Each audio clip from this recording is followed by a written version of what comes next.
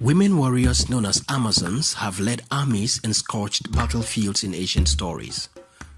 But the idea of an all-women army from the West African kingdom of Dahomey sounds like a myth to many, and the commonly asked question is, how did they come about? In the quest to provide meat and ivory, female elephant hunters ruled the forest of Dahomey.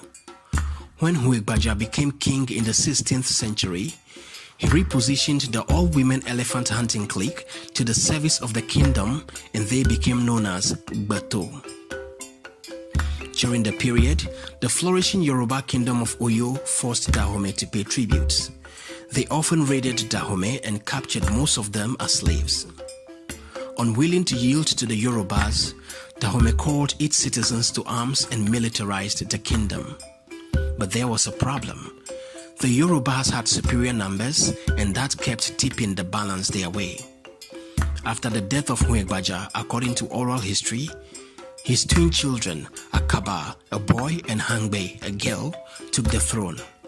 Akaba battled against the people of the Peme River Valley, but died in battle.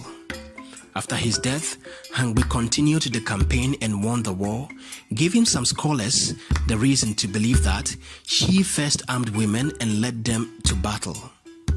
When King Agaja took the throne in 1718, he used women as his bodyguards, and this still does not qualify as an army. During the rule of King Tegbasu, Dahomey clashed with the Great Ashanti Kingdom in the Battle of Atagbame in 1764 and declared victory. The Ashantis recounted facing women in the battle.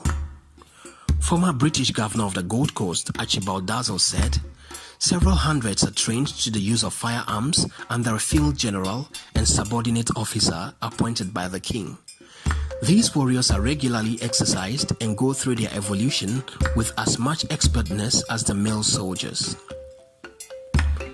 When King Gezo came to power in 1818, he reorganized the women warriors, made them a key unit in the army, increased their numbers to over 1,000, and made them the heartbeat of the Dahomey army. They became known as Mino, meaning our mothers in the Fon and Ewe language. Maybe because by tradition, they were married to the king. Before battle, they sang songs about their willingness to die for their king, their readiness for victory and past glories. They foretold the doom of the enemy before combat. In other words, these songs were psychological weapons that crushed the adversary's confidence even before they drew the machetes to fight.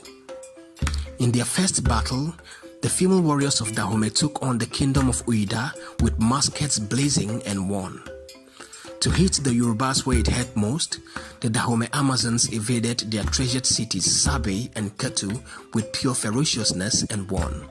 The captives in this battle were sold into slavery and ended up in Brazil, forming the Afro-Brazilian religion of Candomblé.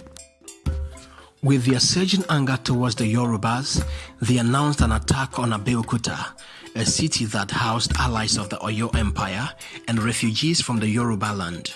On their way, they captured Ishaga, a small settlement, and the Baale or village chief and his people pledged their support. On 3rd March 1851, the Dahomey warriors entered Abeokuta, and though the city was walled, the adversaries perceived the presence of apocalypse casting a shadow around them. Some chiefs and warriors launched skirmishes but were repelled. They even said the bullets and projectiles were not penetrating the Dahomey warriors. With spouting agility to annihilate the Yorubas, the women warriors scaled the walls, but unfortunately, they landed to the waiting Abeokuta blades that slaughtered them en masse. According to the customs of the Egba people of Abeokuta, the head and genital of the first enemy killed in battle should be sent to the Alake or ruler. It was then that they realized that they had been fighting women all along and nearly got defeated by them. Although Dahomey lost this battle, they shook and tested Abeokuta and left a lasting fear in them. The Dahomey women warriors also exchanged gunfire with French invasion forces in Abomey. They are held in so much esteem that the all-female army unit in the movie The Black Panther was modeled after them. The heroic acts of these women taint the popular belief that the African woman's place is the kitchen. Their gallantry shows the staunchness of the African woman in defending her home. Thanks for watching. Support us by sharing, liking our social media pages, and subscribe to our YouTube channel for more mind-blowing historical contents.